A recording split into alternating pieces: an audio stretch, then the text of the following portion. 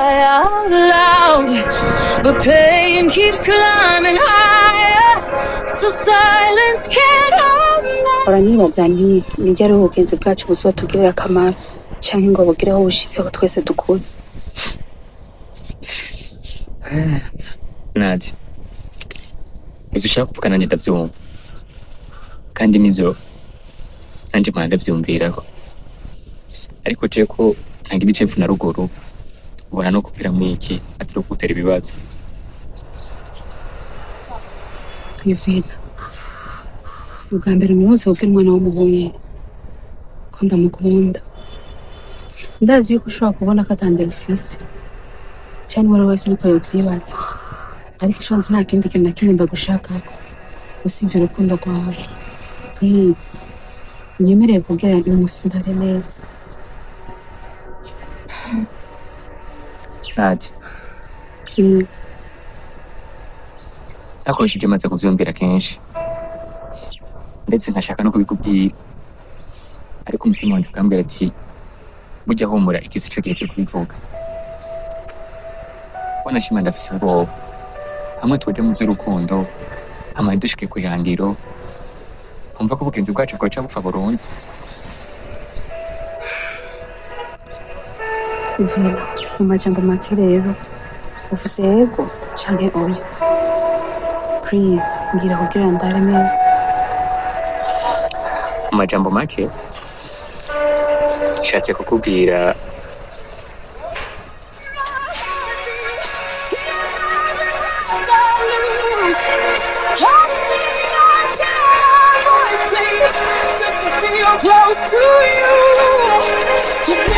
abakobwa baratwenza uraronka n'inguvu zo gufata amakosa ukayashira ko jewe cikosa afise nigari nukubona nakuguye inyuma n'ivyaha byose byawe ndiko ndahishiraga henjo bakoze ivyaha anuka nica ni hamwe mvyuka abantu mu Burundi no mu mahanga filime Mwamikazi muri kino gihe iri ku rwego rwiza, iri ku rugero rwiza.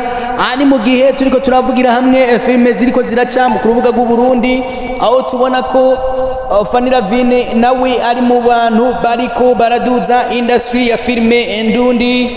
Ani mu gihe twabonye yatweretse na filime agiye kudushikiriza inyuma yiyi canke bizoguma bijana ariyo Amaso Yanje. Iyo nimwe muri filime iranga urukundo canke y'amanyanga manini akogwa n'abagabo mu ngo, akogwa n'inkumi, akogwa eka n'abagabo koko co kimwe ni Mwamikazi. Biraboneka ko nayo ari igana. Aha ni mu gihe tubona neza ko ino filime Mwamikazi bigana ahantu uno mutama bagomba bamwice, aho ni bimwe rero bivuga mu mpanuro zitangwa canke bashaka kugira ko aho bavuga ko mwabagabo mwe mukwiye kwitondera abagore mushira mu rugo ba kabiri abahabara eka n'ibindi byose. Barababwira ngo mutekane mutekereze mureke kwivanga n'abandi bagore, kuko abo bagore muja kwitako mutaba muzi ico bagamije kuri mwebwe. Iyi ni imwe muri filime iri kirandika amateka muri kino gihe, ni imwe muri filime iteye ubwoba, ni imwe muri filime koko iryoshe kuraba, aho babandanya kuvuga ati turabona feedback zanyu mu makomanzere mutanga, eka ingene muvyitwaramo muri ko muratanga ivyiyumviro kuri ino filime mu byo mwabonye canke ingene muyibaza. Bati turabona neza ko hari ico turiko turakina, aha turabyanza tukabivugana neza. Mwibuke ko atayandi mafilime biriko birahiganwa cane, hari filime Akamuna ku ruhande nayo iri ku rugero rwiza, aho ubona ko biri kubangabanganwa n'ino filime. Ibi ni bimwe rero mu biko biragaragara ngaha ku butaka bw'u Burundi, aho filime y'aba bantu babiri ari we Noraskena Fanira Vine. Uyu numwe mu muryango basanzwe bari yakiriye bavuga bati twebwe tubeshwaho canke dukwiye kubaho twikinira ibi bintu uko bimeze kose, tuzohanura umwe canke babiri, twebwe nitwahanura urugo rumwe rukumva izindi zikazunanira ntaco bizoba bitwaye. Iciza nuko ico dutegerezwa canke ico twiyumvira gukora tuzoba twagikoze, tutitayeho ngo turonse amahera, tutitayeho ngo tubonye ibina biriya, ariko ico dushaka koko twakigezeko.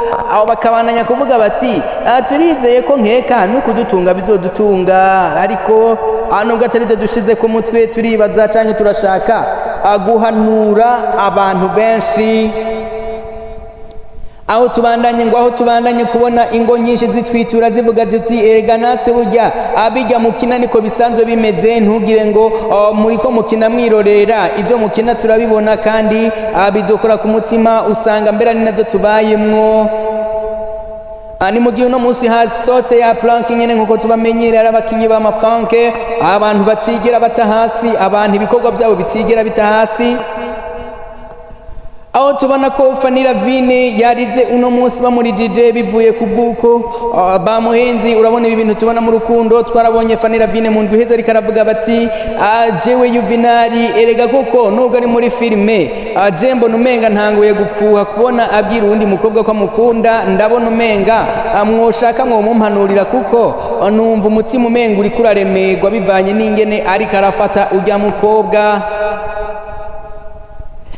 Nino laskere no munsi nabo baciye bakorana planke, barasora planke y'umwaka, eka planke iteye ubwoba, aho bagiye kumubwira Fanira Vine aramubwira ati burya jewe nubwo biruko erega si ya filime uhora ubona burya uyu mukobwa asanzwe ari umugore wanje, nsanzwe naramwandikishije.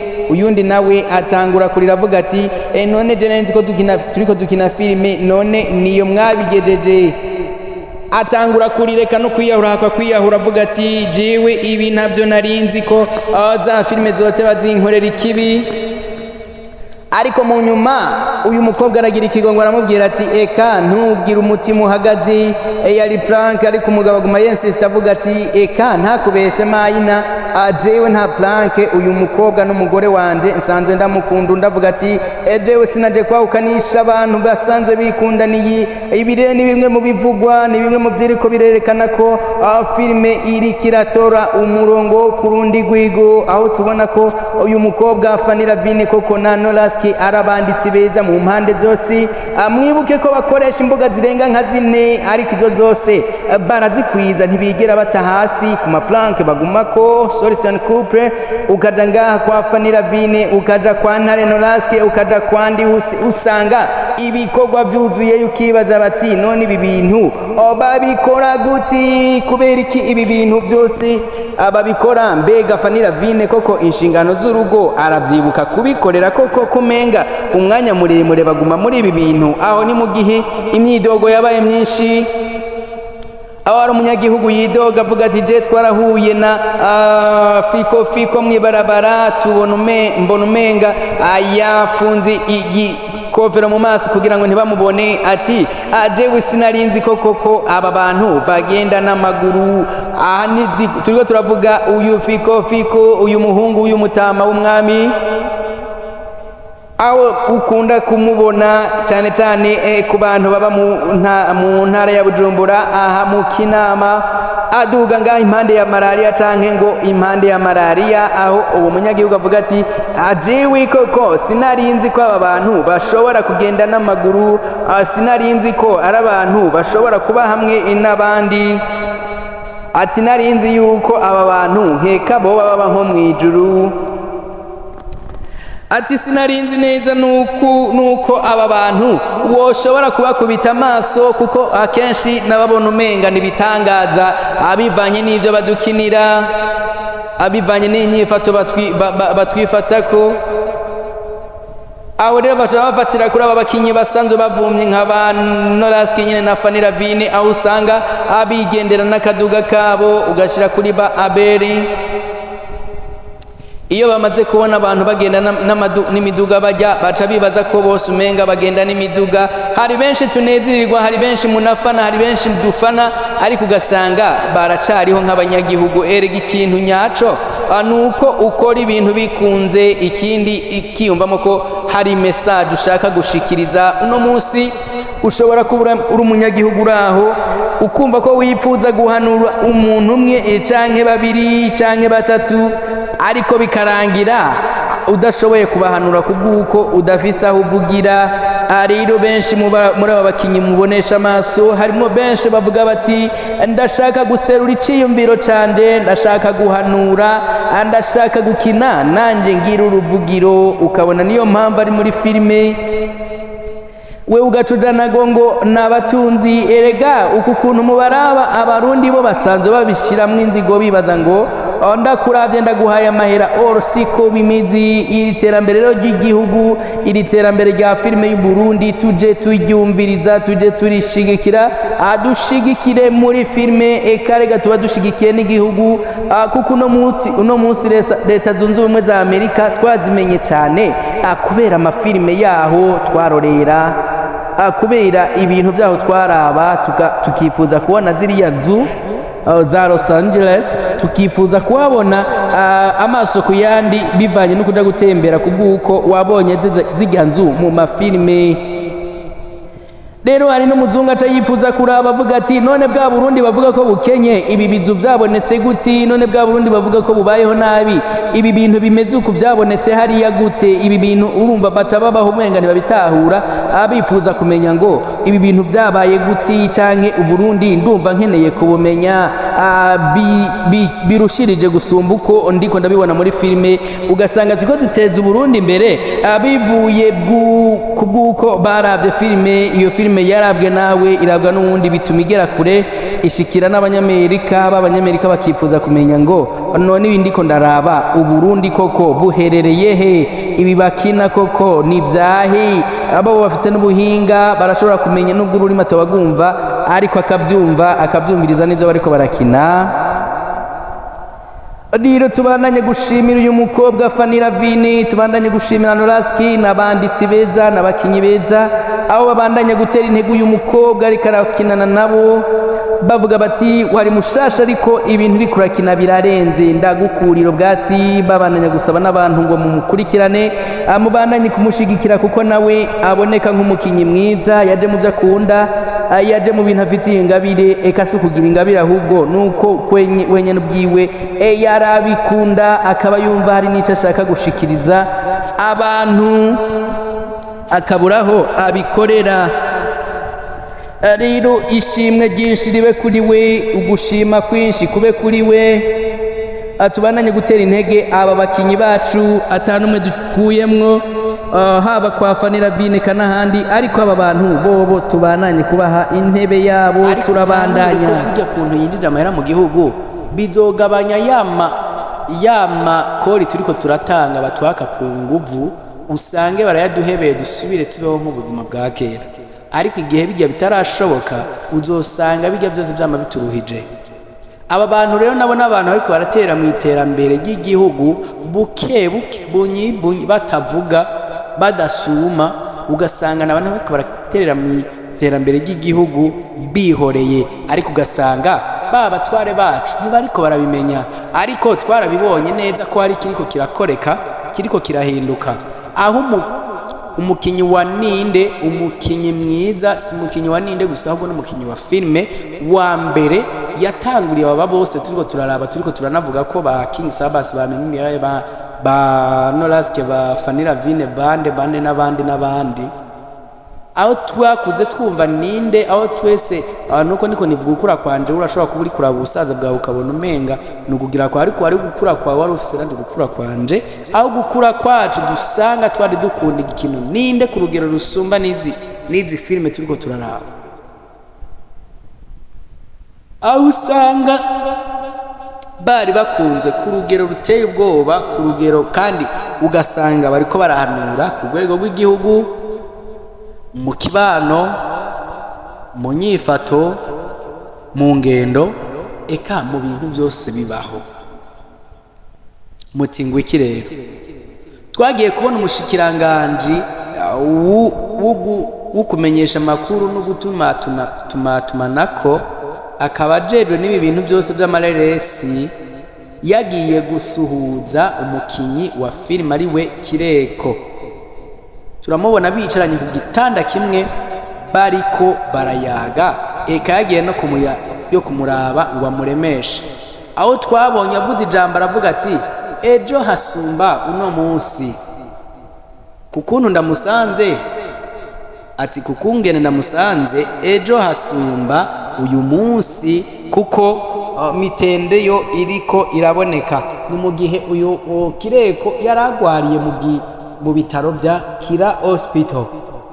Ibi bitaro cyane cyane umenga bivura abakire, kuko tubona abakire bose canke abatware ari akenshi usanga bariko barivuza. Rero twavuye kuri suje yacu ariyo yacu ya filme Amaso yanje. Uyu mukobwa rero Fanny Ravine biravugwa ko ari karagwana intambara yo kugira ngo asubire mu kibanza ciwe, arashaka kwisubiza ikibanza ciwe ca mbere, arashaka kwisubiza ikibanza ciwe yahozemo co gukina akivugira irya nyuma. Uyu niwe mukinyi wa mbere yari ateye ubwoba cyane mu myaka ya 2020, 2021, 2022, 2023 na 2024, aho twabona ko uyu Fanny Ravine ari icitegererezo muri filime y'u Burundi. Aho gushikirwa n'ibigeragezo byamugerageje agatandukana na Abel, agatandukana na Ansoro Libati, aho twabonye agabanije umurego canke agabanya inguvu yari afise muri filime, bisa nkaho umenga asubiye inyuma. Ariko kuduga kw'aba bantu turiko turabona basa n'abari bamusubiriye, kandi atavuga ngo ariko arabakuraho, kuko nabo iyo ngwana arimwo nabo bayirimwo. Twibukanye ko Mihererahe nawe hari yari ariko mwibuke ko yasinye amasezerano yo gucisha filime yiwe kuri televiziyo ije mu Burundi. Filime yiwe Inama igiye guca kuri televiziyo imwe ngaha mu Burundi. Nta publicité bantumye, ariko iryo ni iteka canke n'agaciro k'ibyo bariko barakora, canke ko kubona ko filime ndundi zifise ico zimaze. Turindiriye igihe tuzozibona kuri Canal Plus. Ariko twibuke ko izo filime zisanzwe zica kuri televiziyo ya Republika y'u Burundi. Turavuga cyane cyane nka Fanny Ravine, za Fanny Ravine, tukavuga n'iza Libati na Abel Ndowayo. Aba nibo bantu basa nkaho batwara canke bayoboye, bari ku rugero rwiza muri filime ndundi. Ni mu gihe busanga bateye ubwoba mu byo bakina, mu nyifato zabo, eka mu byo bakina byose usangamo impanuro.